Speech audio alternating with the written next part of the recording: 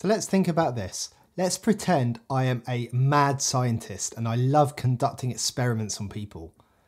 And somehow I have persuaded you, or maybe I've kidnapped you, to take part in my experiment. I hook you up to test my invention, which is the world's best lie detecting machine. It measures your breathing rate, it measures your blood pressure, it measures your heart rate, it measures your brain activity, and it measures your cortisol and adrenaline levels. Its entire job is to detect the tiniest amount of anxiety, and when it does, it gives you an electric shock.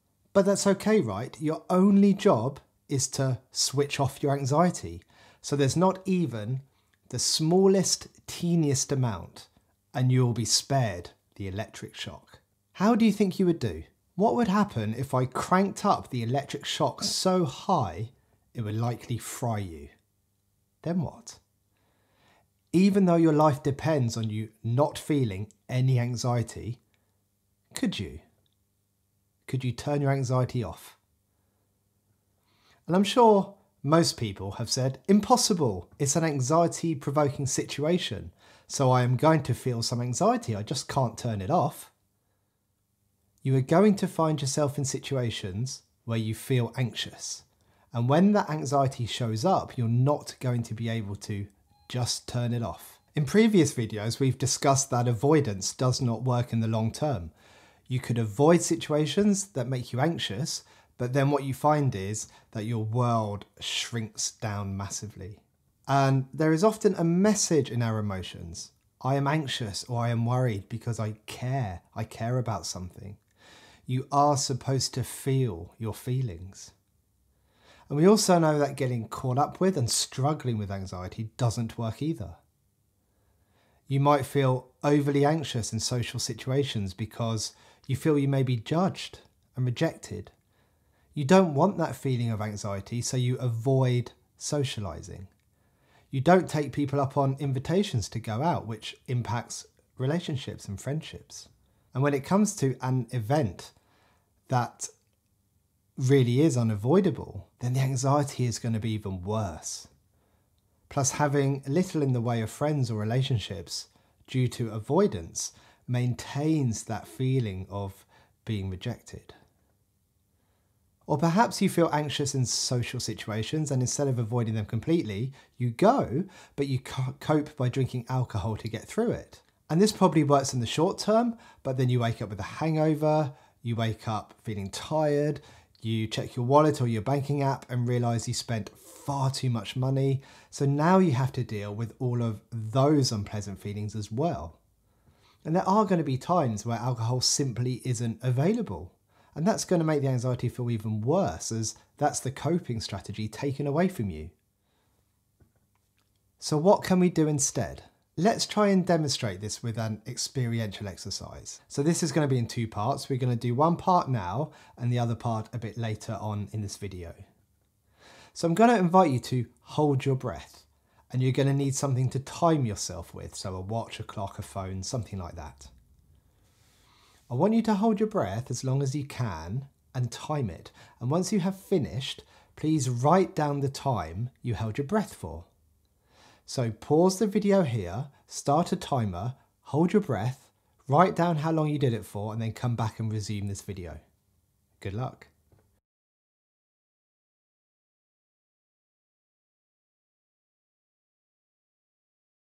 Thanks for coming back. Write down your time if you haven't already. So how did you find that? On a score of 0 to 10, with 0 being completely relaxed and 10 being very unpleasant, how was that overall experience for you? Let's talk willingness. Let's think of our earlier examples of going to the party. You want to go. It's your friend's party. They want you there. You want to be there. You want to see them. You want to see some other friends that are there too, or maybe meet some new friends. You know anxiety is going to show up. You know your mind is going to be racing. What if they don't like me? What if I say something stupid? What if I don't know what to say at all? And you might even get some physical sensations. You might blush and everyone will see. You might get sweaty. You might need the toilet a lot. As before, you could avoid it. Anxiety drops almost immediately when you've made the decision to not go. But in the long term, this doesn't help. You could go and decide to drink alcohol to help cope, but we've discussed why that isn't the best idea earlier. But there's a message in this anxiety, a message that you care about your friends and being there for them. You care about connection with others. There's a value hidden under that pain and under that anxiety. And this is where we can think of something called the willingness formula. There are two parts to the willingness formula. The first part is, I am willing to have, and then that's fear, anxiety, sadness, or anger. Whatever you notice showing up for you. And the second part is in order to, and this is where you state something that you care about. So here are some examples. I am willing to have fear in order to ask that person out on a date. I am willing to have sadness and visit my sick relative in hospital. I am willing to have some discomfort in order to write my essay for university. I am willing to have anxiety in order to go to my friend's party. So you allow yourself to feel anxious because you value being a good friend. And in this example, you go to the party, you experience the anxiety. You don't like the experience, you don't want the experience, you let it in and are open to it happening when it shows up. You don't put all your energy into pushing it away or struggling with it. Maybe you use some of the skills learned in these videos to turn down the anxiety a little bit, to maybe focus more on the present moment. And then maybe you'll get to the end of the party and think, that wasn't so bad. If there's two things I've learned from working with many, many people, that is they usually overestimate the threat and underestimate their ability to cope. Let me just repeat that because I think this is quite important. People usually overestimate the threat, meaning in their mind the threat is worse than what actually occurs in real time. The catastrophe isn't as bad. And they underestimate the ability to cope, meaning that in their minds they cannot cope at all. This is anxiety of anxiety or fear of fear. But actually they cope far better than they thought they would. So let's do part 2 of our exercise. I'm going to invite you to hold your breath again, but this time I want you to think about the following things. Try to describe what you are feeling and add some curiosity about your experience. Here are some things that might help you do this. Don't worry, you won't have to remember these as I'll put them on the screen for you when it comes time to do the exercise.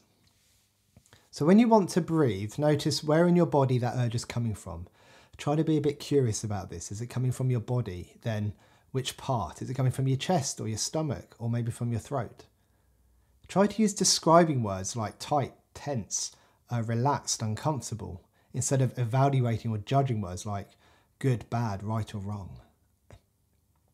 And once you've identified whereabouts in your body it is, see if you can allow that feeling to be there, in that place, and at the same time remain holding your breath. Feel the feeling. Have willingness to let that be there and do not take a breath. Notice what your mind is doing, what thoughts are coming up. Maybe thank your mind for giving you those thoughts and for most likely trying to keep you safe and reduce the unpleasant feelings. You don't need to follow that advice right now. Notice any emotions that come up, perhaps fear, perhaps some anxiety, maybe even anger is showing up. Again, be curious as to what is coming up and allow space for that to be there.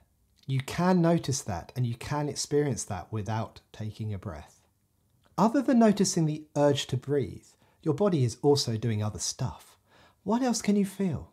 Can you feel the chair you are sitting on? Can you feel your feet touching the ground? Can you hear anything? What else can you see in the world around you right now? And think about the willingness formula. I am willing to have these feelings in order to hold my breath for as long as I can. Or Or you could go even bigger. I am willing to have these feelings in order to get better at experiencing discomfort and unpleasant thoughts, feelings and emotions so I can live the life that I want.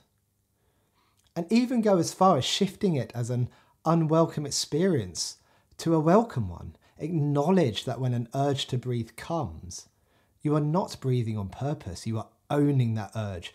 You are creating that urge on purpose. So when you are ready, get your timer ready, pause the video, take your breath, hold it. I'll put some questions on the screen. Then when you are done, please come back to the video.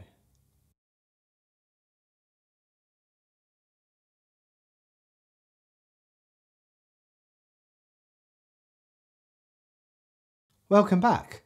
I'll start by saying it doesn't matter whether you held your breath longer or not than the first time. The point was to learn what it feels like to want to breathe, but not breathe. What it's like to sit with painful or uncomfortable feelings without trying to escape from them. Were you able to sit there with a small amount of discomfort and not act immediately in a way to make that go away? Did that desire breathe come and go? Did the need to escape the discomfort come and go? Did it go up or did it go down? Did your mind try to talk you into breathing before you really had to? What kinds of things did it say? Did it try to be a bit sneaky? Did it say anything like, just breathe, no one will know, just add 10 seconds to your time you write down? Can you see how this fits in with how your life might have been going so far? Our strongest desire when we are faced with unpleasant emotions is to escape from them. That's an absolutely normal thing to want to do. We are designed to move towards things we find pleasant and comfortable and safe, and move away from things that we don't. So this is a skill. It's a bit like learning the piano. You need to practice to get better. You can learn to read music. You can identify and name the correct notes. You know where they are on the piano. You've seen videos of people playing the piano. But until you actually lay your fingers on the keys and start playing, you're not going to improve. There's going to be more skills and exercise videos coming along, which can help build this skill. This is probably the one thing that I have seen make the biggest difference to people living more meaningful lives. This skill to be able to make space and experience these feelings that show up for us. This is what psychological flexibility is all about. Thank you for watching. I hope this has been helpful. See you in the next video. Take care. Bye-bye.